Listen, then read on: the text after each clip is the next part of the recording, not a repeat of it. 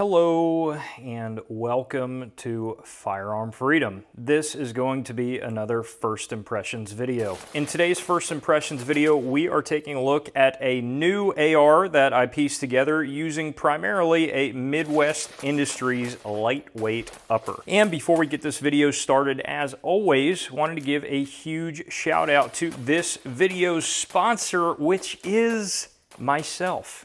I do not have a video sponsor rolling right now, but for the channel, I just dropped a membership opportunity. So you guys can click join below. I got some awesome They Live reptilian emojis that you guys can use under the videos, but it's just $4.99 a month. I'll be honest with you guys, you're not getting a bunch of extra videos and content with that. It's just a lot of people say, hey, I would love to support you, but I don't want to buy any affiliate stuff or anything like that. And this is a great way to just say, hey, here's $5 a month and you can have that and use it for the channel. So I seriously appreciate anybody that signs up for that membership. It would be really, really cool to one day just be able to rely on you guys for support in buying product for reviews and just be completely crowd-funded. That would be really, really cool. So you never know. Maybe one day we will get there. But this was a very, very random build that Midwest completely surprised me on a little bit. So I have been getting from the place that I work at these demo lowers. Now, we had this lower set up, as you can see, with a Geissele ALG ACT trigger in there. And we had it with a little rubber like pad that would allow you to just let that hammer fly and dry fire the trigger and test it out. These were our shop lowers. Now, it did not have any of the buffer components or anything like that. It was just simply the lower as you saw it. Now, these have been going for years and years and years. So we are finally swapping them out, and I got a chance to buy these at, of course, a price that I couldn't pass up. Now, the reason I'm showing you this is because this is what this lower was before I rattle canned it. Now, I reached out to my good friends over at Midwest Industries. They are one of the largest supporters on the channel. I absolutely love those guys so much.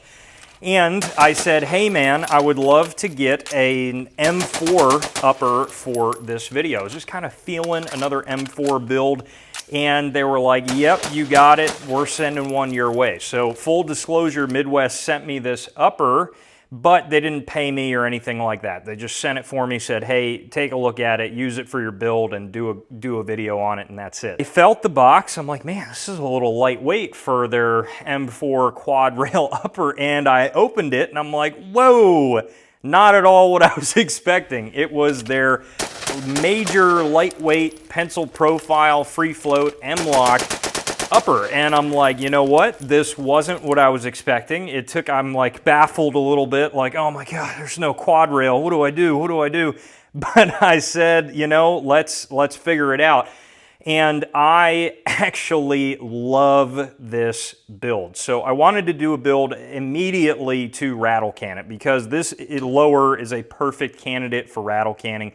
It's all sorts of different colors and beat up, so just to mesh the whole build together, that worked out really well. So I went ahead and rattle canned this. Just say what you will about the paint job. It is what it is, but I actually really don't mind it. I think it's pretty cool. Their lightweight upper, as you guys can see, sports a very, very thin barrel, but I have never felt a rifle of mine in my personal collection that is so well balanced. This thing is sporting a Geissele. I believe this is a Super 3-gun trigger in here, and man, it is very, very fast, as you guys are going to see.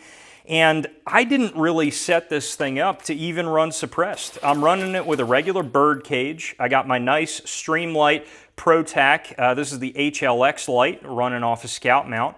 I have a True North Concepts 08 vert grip on here. These guys are local, really cool company. I got a Primary Arms red dot on a Vortex, basically aim point mount.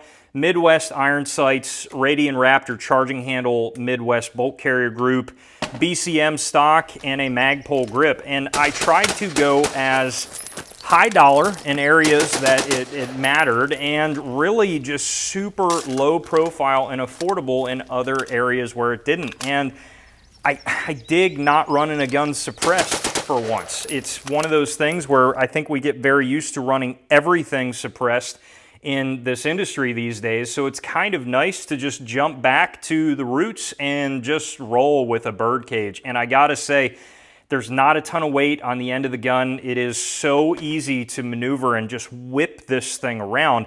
And I kind of unexpectedly made, in my collection, probably my absolute go-to rifle if I ever needed to bring a rifle with me and I wanted to walk a long distance and it was in a situation where ounces equal pounds.